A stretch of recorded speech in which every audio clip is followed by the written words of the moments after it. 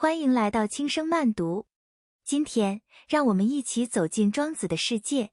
在《逍遥游》中，他以大鹏展翅的想象，描绘了人生最高的自由，不被外物所困，不为名利所惑，只与天地同心。在《红楼梦》里，贾宝玉因为一句话而深深触动。这句话就是“巧者劳而智者忧，无能者无所求，疏食而遨游，泛若不系之舟”。特别美啊！这句话就出自庄子，一个叫庄子的人写的，所以是庄子的庄子。这句话是什么意思呢？庄子说，人之所以会感受到忧愁操劳，往往是因为太有用、太聪明、太敏感，所以总是想要把事情摆平。如果能笨一点、木讷一点、无用一点，不受任何世俗功利的捆绑，吃得饱饱的，快乐而自由，宛若不系之舟，很随意地荡在水面，随遇而安，那就是最美好的人生了。那庄子是我非常喜欢的中国经典。先了解一下庄子这个人，在战国诸子里，他比较特殊，你看不出他是干什么的，你也无法想象说在那个你死我活的争霸年代，哪个老板会雇佣庄子？他也从来不想推销自己。庄子非常穷，他做过官，就是一个小小的七元的小官吏，而且这个七元吏也没有能够长久的做下去。一度呢，他穷到沦落在贫民窟里面，他靠编织草鞋为生，就这样还吃不上饭，就去跟那个监和侯借米，还未遂，人家不借给他，为什么呢？因为用世俗的眼光来看啊，庄子真是个没用的人。那他怎么想呢？写了一篇文章，说山里面呀有一种树木，它什么用都没有，不能烧火，不能做家具，也不能结果，所以呢，它就能够活得很长，没有人去砍伐它，长成一个参天大树。那庄子就说，人皆知有用之用，而莫知无用之用也。这就是我们熟悉的无用之用。在庄子看来，无用之用恰为大用。所以庄子的态度是非常特别的，他认为每个人都可以有自己的活法，生命是平等的。那别人呢，你向往的是富贵、功名利禄，在这条拥挤的大道上面熙熙攘攘，也许困顿一生，也许飞黄腾达。但是庄子呢，不走这条路，他反其道而行之，他会选择旁边没有人走的小路。那么庄子追求的是什么呢？穷其一生都在追求精神的自由。庄子的故事特别多啊。有一次庄子去面见魏王，他粗布破衣，然后面露疲惫的状态，看上去很憔悴，然后就被魏王吵唧唧的揶揄他，但是他丝毫没有觉得这样有什么不好。他说，贫也非备也，是有道德不能行，备也；衣敝履穿，贫也非备也，此所谓非遭时也。在他看来，就是我衣服穿得不好，但不意味着我精神上面没有追求，我是一个思想贫瘠、很困顿的人，所以无非就是很贫穷嘛，那就是时运不济。做一个有道德的人、自由的人，比做一个衣食无忧的人，对于庄子来说显然更重要。所以你看，他拒绝做官，拒绝证明自己，拒绝别人的评价，拒绝在乱世之中做一个没有办法左右自己的傀儡。他说，甘其食，美其服，做小国之寡民。这就是庄子，他愿意在那种日常生活中，哪怕贫困一点、清淡一点，做一个思想自由的平民。生活可以贫瘠，但是精神却要绝对的富足，所以他是一个有趣的人。那我们为什么要学习庄子呢？之前我看过复旦大学的骆玉明老师讲庄子，就很有启发。他总结了一下庄子的特点4个。第一，庄子有非常恢宏的思维，在他的著作里面，最中心的两个概念，一个是无限，一个是自由。而无限和自由是紧密联系在一起的。一个不懂得无限的人是不可能懂得自由的。所以庄子是中国第一个清楚地解释了宇宙这个概念的人。在他看来，宇是空间无限，宙是时间无限。只有认识到这样的环境，我们才能知道人的认知是非常有局限的。那么第二呢，庄子有强烈的情感。庄子的哲学就是基于生命情感的哲学。哲学家分为两类，一类哲学家是重视逻辑的，他要去分析，搞得很清楚。比如说黑格尔、康德这些伟大的思想家，我们不能说他们没有感情，但是他们更多的是注重逻辑的严谨。那么另外一类哲学家呢，是重视生命感受，所以非常的蓬勃，很有张力。比如说尼采，那读尼采的哲学，你会感觉到他其实是一个诗人。那为什么哲学家会像一个诗人呢？他就是从生命感受上去认识生命跟世界的关系。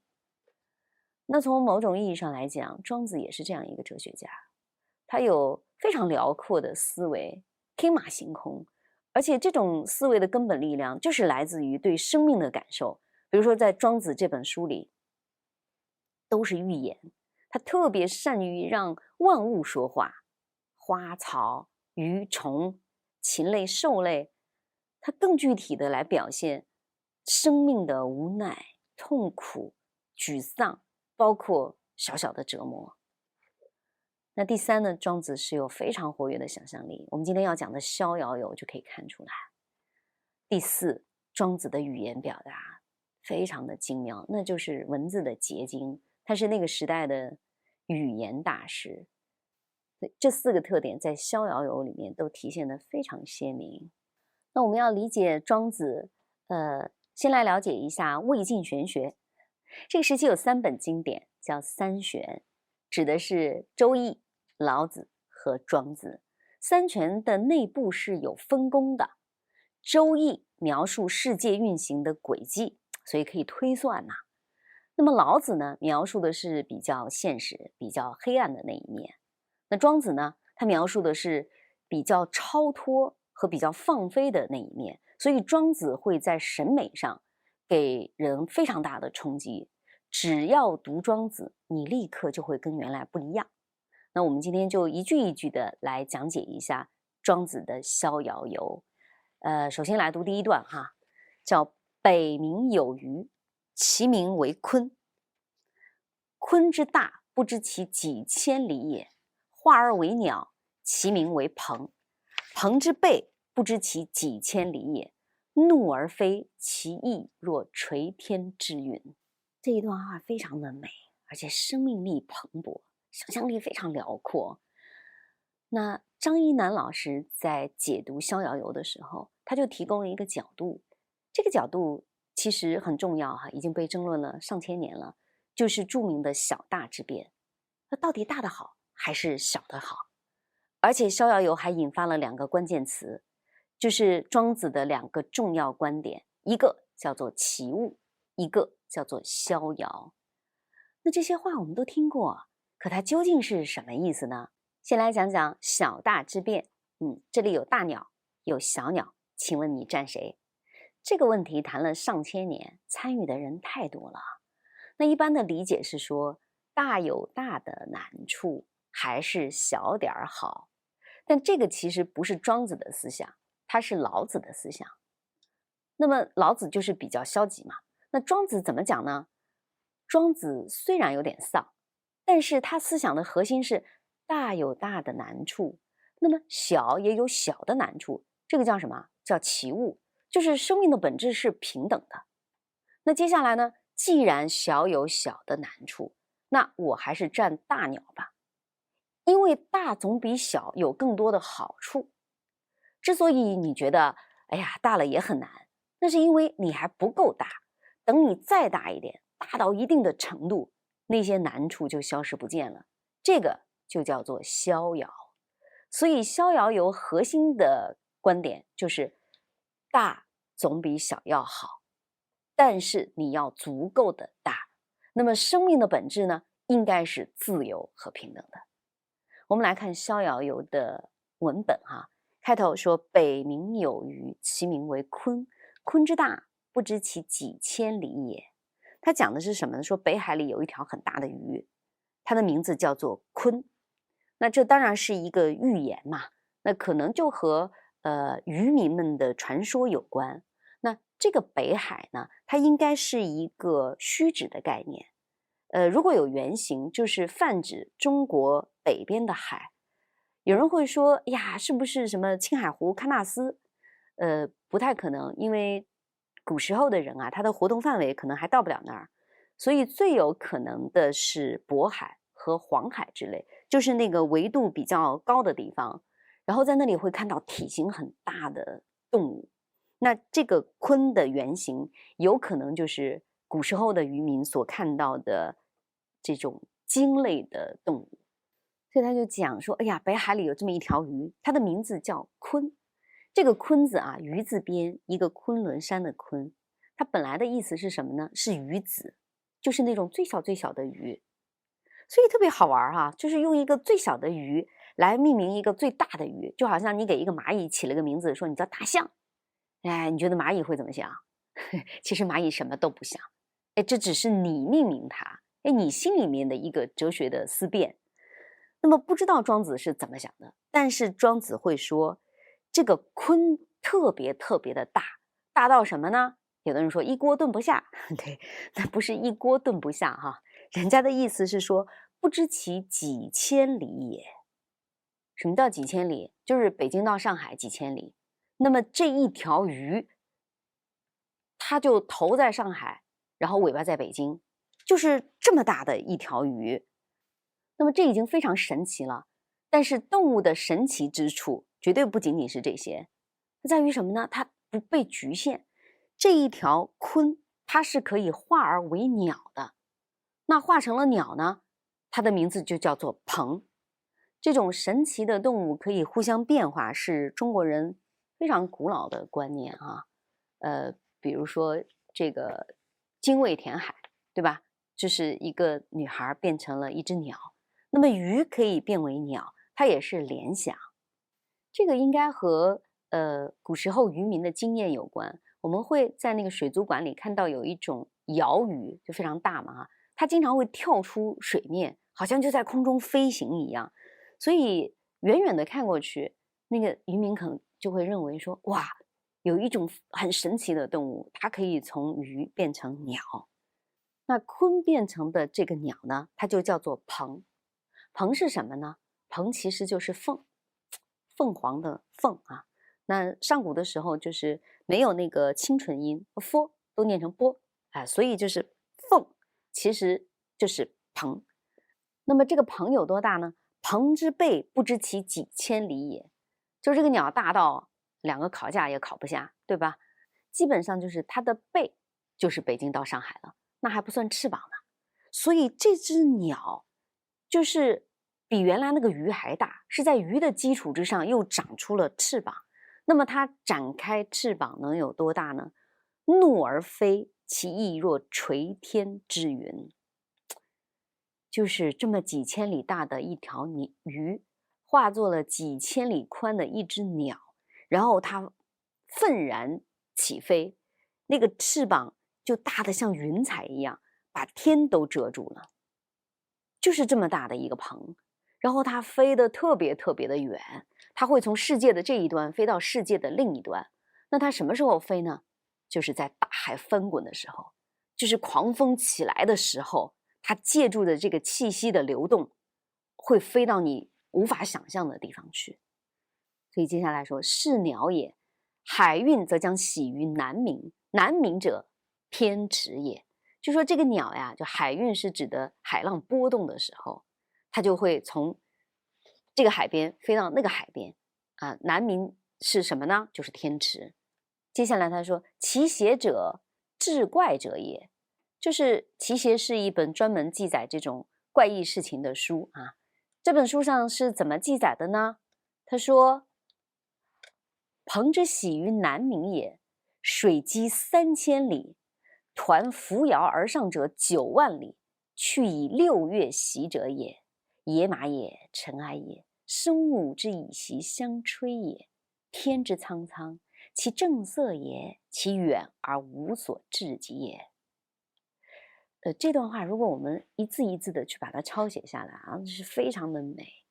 它讲的就是这个鹏鸟迁徙到南海的时候，整个的那种情景，它的翅膀击水而行，拍打起的浪花有3000里那么高，然后会拍打出龙卷风，上升到9万里的高空，就像夏天的台风。然后在那个高空往下看，请注意这个视角已经改变了，它是用鹏鸟的眼睛在观看世间万物，灰尘雾气在大地上奔腾。所以庄子的眼光是可以不断的变换的，他可以跑到天上去看，他可以附体在一个神奇的动物身上看。然后庄子还问说，天的这个颜色啊，这种藏青色是它本来的颜色吗？天难道是没有尽头的吗？如果到天上去看地下，那么天也是一片蓝吗？哎呀，这种思想啊，在庄子之前没有人这样问过，所以他会把人带到一个完全不同的生活境界当中。那接下来大小之变这个话题就出现了。这边有这么一段话，说条与学究笑之曰：我崛起而飞，抢于舫而止，实则不至而控于地而已矣。习以之9万里而难为。这什么意思呢？就这个条就是蝉嘛，那个知了，还有学究小鸟，就这个小虫子跟小鸟就嘲笑那个鹏。他嘲笑鹏什么呢？因为鹏是一个体型那么大的动物，它的活动范围就非常的宽广。可是这个小虫子小鸟它们只有一点点小嘛，所以它不需要飞那么远。他们说，哎呀，我就是攒足了劲儿飞起来，然后撞到这个树枝上面就停下来了，有的时候还撞不到树枝上，就掉在地上了。那飞不到又怎么样呢？不就是掉下来吗？那你那么费力要飞9万里，飞到天池，你要干什么呢？所以张一楠老师立即有一个联想，因为她是女生，然后考到了北大，一路念了研究生，念了博士，然后又做老师，所以她会常常遇到身边的一些人就发出这个小虫子和小鸟这样的疑问，说你看我们自己随便念一个什么学校，然后托个关系在县城里面当一个公务员，很开心啊，每天也活得很自在呀。那么你这样子努力的拼命学习，念北大呀，考博士啊，这么累成这样，这有什么意思呢？所以张一楠老师说，有一些事儿啊，对你是有意义的，但是别人就无法理解的。就你认为有非常非常大的那个好处的事情，可是如果对方跟你的认知是不一样的，他就没有办法理解你为什么要这么折腾。那所以庄子在这里有一个总结，他说什么呢？这句话很核心，说小知不及大知，小年不及大年。也就是生命短的和小的那些生物啊，他们不知道那些生命长的和这种视野辽阔的生物究竟经历了什么。那么知识少的人，也就是不能够理解知识多的人，哎，你学习那么多，你反而增添了很多的烦恼和痛苦，你为什么呢？仅仅因为他们生活的空间是不一样的。所以在庄子看来啊，就是所有的生命本身是平等的，但是庄子为什么要嘲笑那个小虫子和小鸟呢？他不是在嘲笑这个小虫子和小鸟的小，他是在嘲笑一个小虫小鸟为什么要嘲笑那个人的大。听起来像绕口令哈，但其实他就是在讲每个人的生命态度都不应该强加于别人。比如说庄子举了2个例子，说有一些蘑菇啊，它仅仅只能活1天，它就没有办法理解月亮运行的概念，因为月亮从月如钩到一轮满月要经历15天，这个蘑菇只活1天啊，他从来看不到15天的长度发生了什么，所以他没有办法理解，哎，这15天的运行到底是什么意思。还有呢，有一个小草虫叫惠菇，它只能活一个季节，所以它没有办法理解一年有4季，春夏秋冬分别都是什么概念。这就是所谓的小年，这就是生命短的生物没有办法知道那个命长的生物究竟在想些什么。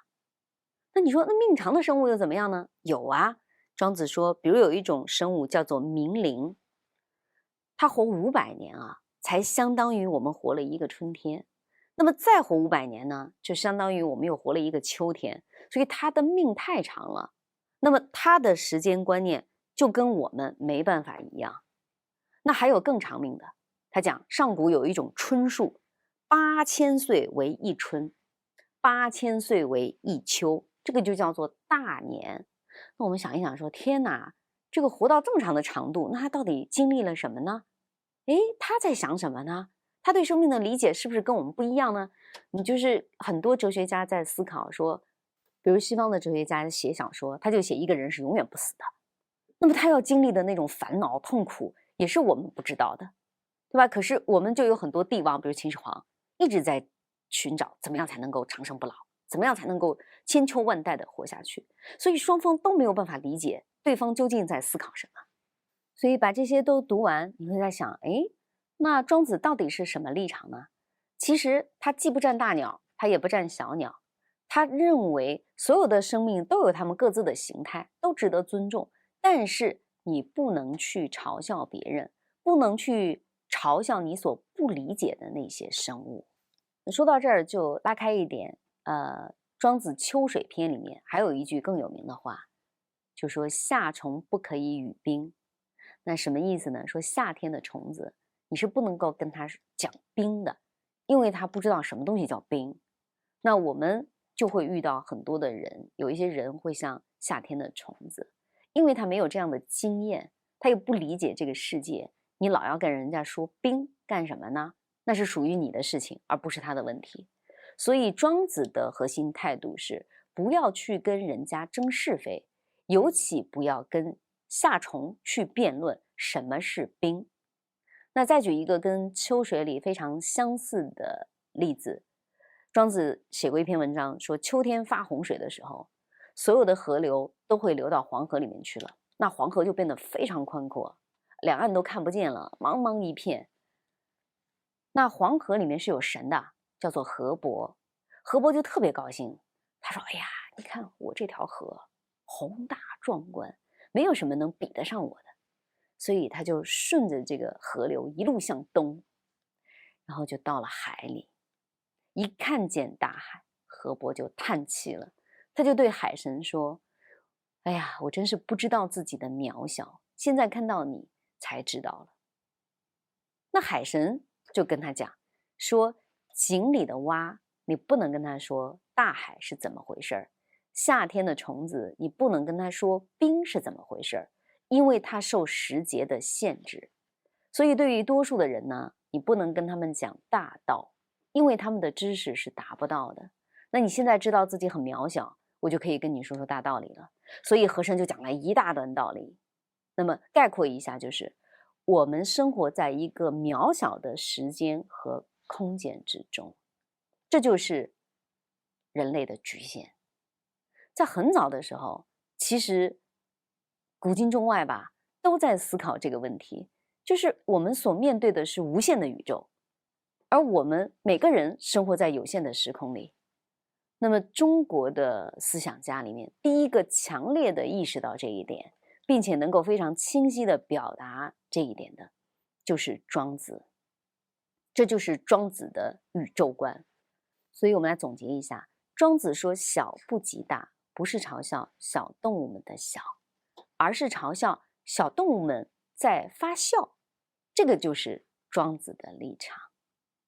那么问题来了，就是生物是要进化的，它的形态就是会不断的变化。那么到底变大有好处呢，还是变小有好处呢？有一部动画片叫《大鱼海棠》，哎呀，我觉得很好看。那里面就用到了很多逍遥游的元素，所以审美上非常的高级。男一号变成了一条大鱼，它的名字就叫鲲。那女主角呢是一个很好看的小姑娘，叫做春。这个电影开头的一句话就说，有的鱼是永远关不住的，它属于天空。其实这个就是庄子的观点呀。他在讲什么呢？说人类所面对的世界是一个无限的世界，那我们所面对的时间也是一个无限的时间，所以每一个人其实是生活在短暂的时空中，就是忽然在这个点上你出现了。那人要面临的最大的局限和危险是什么呢？就是被这个短暂的时空拘束在这里，所以人是那么的不自由。那我们有办法超越吗？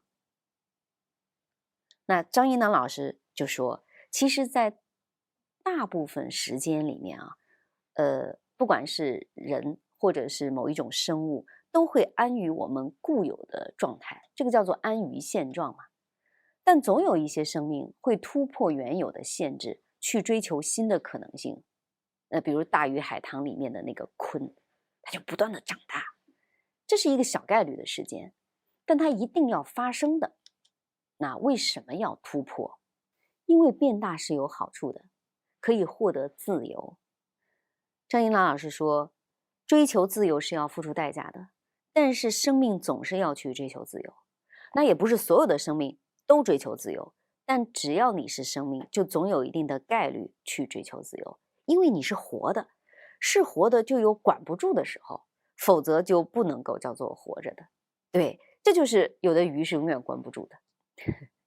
那么变大这件事儿有什么样的魅力呢？这基本上是永恒的。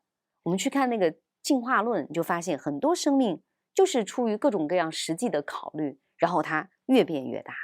因为比较大的生命，首先总是能获得更多的关注。生命实际上是不平等的，总有一些生物是能够获得更多的眼球。比如说小孩子都喜欢恐龙，为什么？因为恐龙真的是足够的醒目，在地质史上有无数个物种都灭绝了，但不是所有的物种都像恐龙一样这么引人关注，那就是因为恐龙比较大，小孩子一进博物馆，一看见那个骨架，一看见那个复原的模型，立即就会觉得哇，被震撼到。那如果有一种小耗子灭绝了，大家可能就不会那么关心。那有人就说，长那么大有什么用呢？恐龙长那么大，它不照样灭绝了吗？但是只有这么大的动物灭绝了，你才会知道。有一些小动物灭绝了，我们压根儿就不知道，无声无息。所以首先，大的东西获得的关注度会比较高。那么第二，如果要变大，你能够收获什么好处呢？那就是生命体验的丰富。张一能老师讲到了一个段子这个段子非常的古老了，就是说有一个渔夫躺在沙滩上晒太阳嘛，这个时候就过来了一个富翁，说你怎么不去努力工作呢？渔夫说，我努力工作干什么呀？富翁说，可以赚钱呀。那么赚那么多钱干什么呀？富翁说，赚了钱就可以舒舒服服的躺在沙滩上晒太阳了。然后渔夫就说，那我现在不就正在晒太阳吗？这个故事听起来其实挺让人高兴的，对吧？就是哎呀，当我想要躺平的时候，我就说，你看我不努力，我照样可以躺在沙滩上晒太阳。你就算是富，就算是非常的努力，怎么样呢？结果无非是一样的。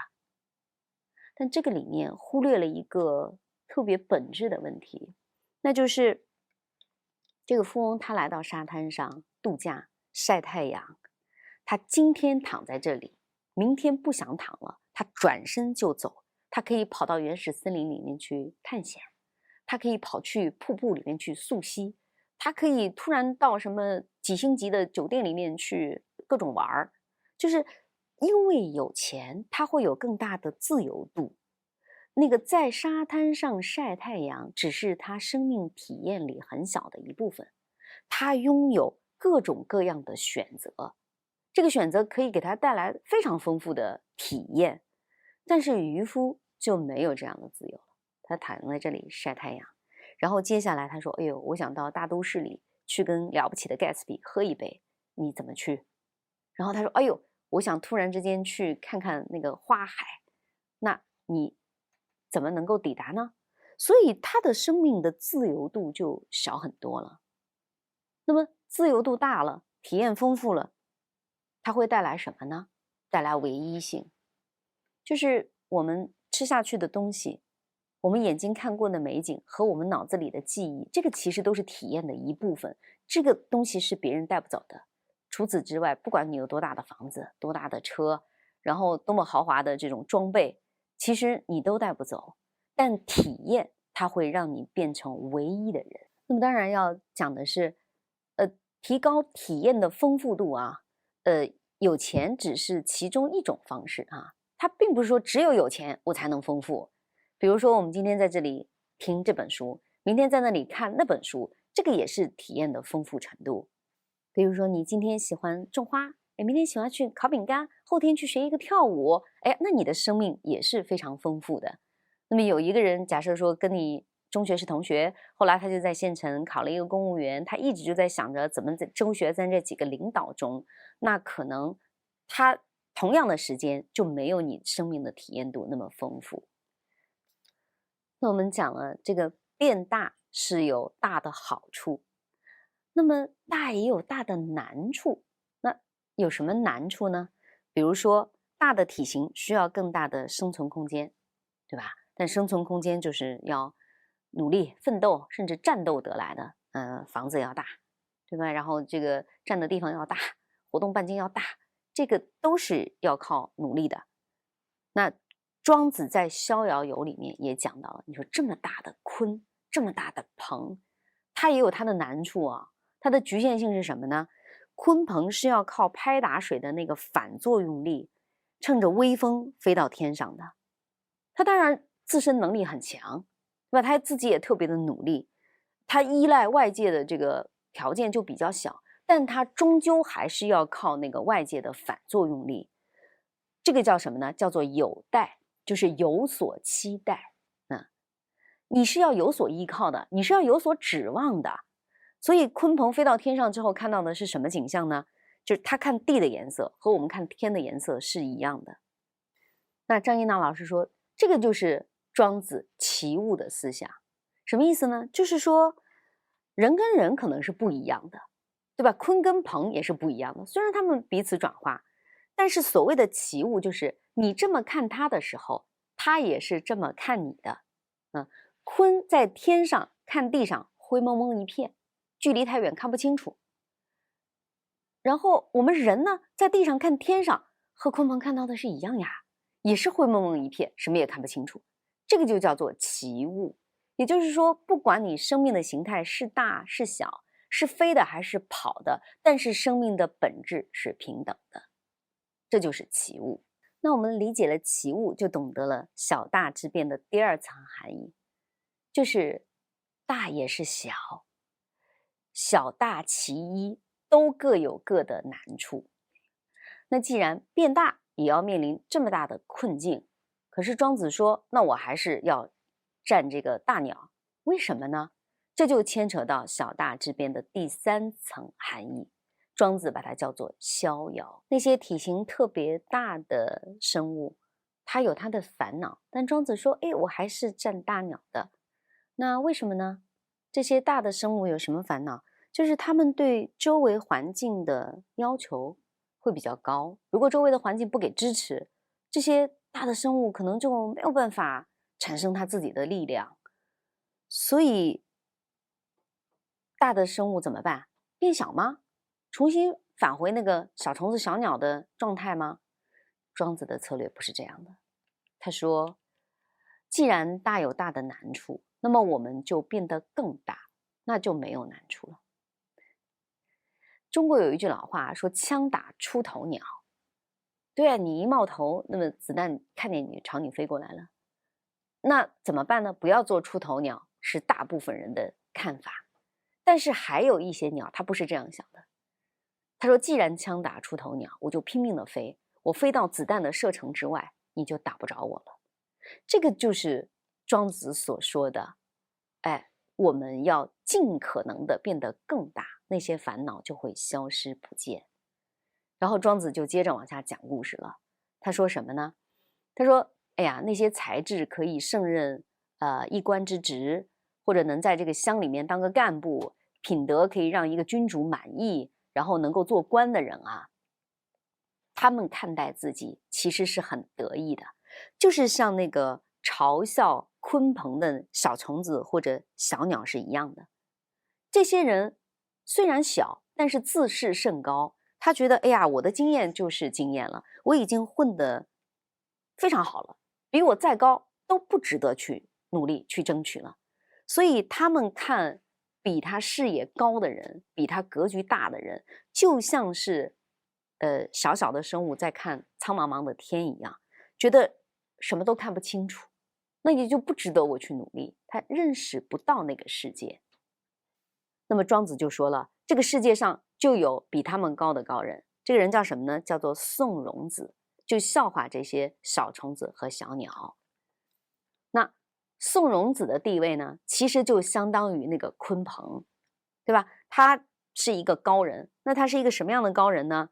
在庄子的理想中，这是一个比较好的人，就是全世界都称赞他，他也不会因此就更加的努力表演给大家看。那么全世界的人呢都谴责他，他也无所谓，也不会因为这样就觉得沮丧。他能够确定什么是物，什么是我，把这个界限画得很清楚。他也看穿了什么是荣，什么是辱。对于世俗的那些名利呀、追求呀，他没有什么要求。但即便是如此，这个人看上去已经很超脱了，已经是像鲲鹏那样神奇的存在了。但他也还是有没有树立的东西，叫宋荣子有未树也，就是他也有自己还没有达到的东西。他比那个社会上的牛人，就是那些小虫子、小鸟一样的人要强一点，但依然不完美。这个宋荣子就像是鲲鹏一样，他在飞翔，他在运动的时候，还需要积水，还需要等待微风，还需要依赖环境，这样才能够动起来。那么宋荣子不够完美怎么办呢？那么这就是庄子的策略，说你要变成比宋荣子更强的人。那谁比宋荣子更强一点呢？就是列子。列子是一个可以御风而行的人，他可以乘着风飞起来。那么这个就是神仙了嘛，他根本不在乎怎么样才能够得到好处。他不在乎好处或者坏处，其实也就是不在乎这个世界。这有点像庄子的一些思想，比如说这个妻子过世了，他在那里鼓盆而歌，就他对生死都认为无所谓的，快乐和悲伤也都无所谓的，他不在乎。但即使是列子这样的人，就像神仙一样了，他还是有待的，就是有所期待的。他期待什么呢？他要依赖风嘛。所以列子依然不是第一高手。那么第一高手是什么样呢？庄子看来是乘天地之正而御六气之变，以游无穷者，就是顺应天地万物的这个性情，他可以驾驭各种各样的气，然后随意的变化，漫游于无穷无尽的空间和时间之中，到没有局限的世界里面去游历。那这种人还需要依靠什么吗？所以庄子说，能够达到这个境界，那就不再有待了，也就达到了真正的自由。这个境界就叫逍遥。所以逍遥这个境界，我们可以看出是一个终极的理想啊。你像武侠小说里面那个绝世的武功高手扫地僧，对吧？他特别厉害，他跟别人都不一样，但是他戏份特别少。因为这种人就没有什么可以描述的，大家也很难理解他，也很难像他那样。所以庄子就讲说，最好的境界，智人无己，神人无功，圣人无名。就是说，最顶着天的人，最厉害的人，最绝的人，他是不在乎自我的。那么次一等呢，就没那么绝的，就那个神仙一样的人，他是不在乎建功立业的。那么再往下一点的呢，叫做圣人，他是不在乎名誉的。那么不在乎自我，不在乎功业，不在乎名誉，就把人分出了不同的境界。而所谓的那个逍遥的境界，也就是庄子精神世界中最高的境界，无己无功无名，它就是绝对的自由。这是庄子核心的追求。在庄子看来，都被功名利禄世俗的一语所累，人是没有办法获得绝对的自由的。就像去斥责那个小虫子小鸟，说你们见识短浅，远远没有达到逍遥的程度。那么逍遥讲到这里，我们就会发现这不是一个励志的故事。庄子在讲什么呢？首先，生命的态度不要强加给别人。哎，你是小虫子小鸟，小没有关系，小有小的好，小有小的难。那么大有大的好，大有大的难，这是平等的。但是你不能去嘲笑别人，嘲笑别人就是没道理的。那庄子的观点叫做齐物论。齐物论的意思是说，所有的物都是平等的，没有什么区别。那所有的活法也是平等的。为什么你会觉得焦虑啦、紧张啦、压力大呀？就是因为没有平等的观念。那听到这里，你会说：“哎呦，我很有启发，但是我做不到。”那么庄子，你最想要的是什么呢？那庄子最想要的就是生命的价值在于真实而自由，这就是学庄子的人一定要懂得的。只有人意识到什么是永恒，你才会知道现实是有限的，知道现实给你的一切的知识、价值，包括名誉、地位，都是可变的，是短暂的。所以庄子讲的是自由，而不是讲的平等。而庄子又设想了人的一种完美的生命形态，就是一旦我们能够和永恒合为一体，这就是生命的完美性，才可以实现无大无小。希望能够对大家有所启发，就到这里。